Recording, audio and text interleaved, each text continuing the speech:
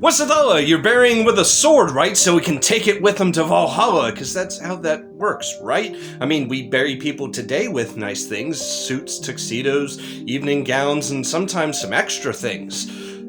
And we don't think they take it to heaven with them in the modern Christian paradigm, and certainly atheists don't think that. So why do we apply this logic to people in the past?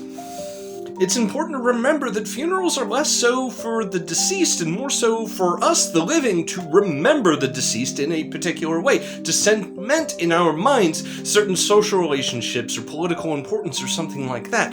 That's the point of them for a large degree.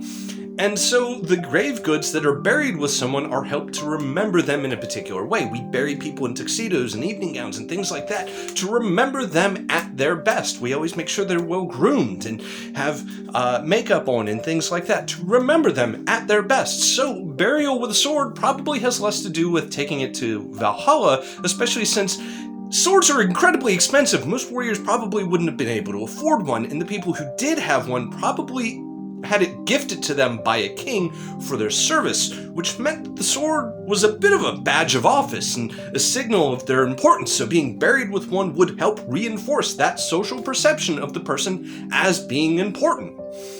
And I think the thing that really sends this home is the idea of combs that are so commonly found in grave goods. In fact, in Anglo-Saxon burials, we have comb halves that are broken in half and the other half missing, and comb amulets, neither of which are practical combs. Nobody's taking it with you to the afterlife to groom because they're not actually useful items.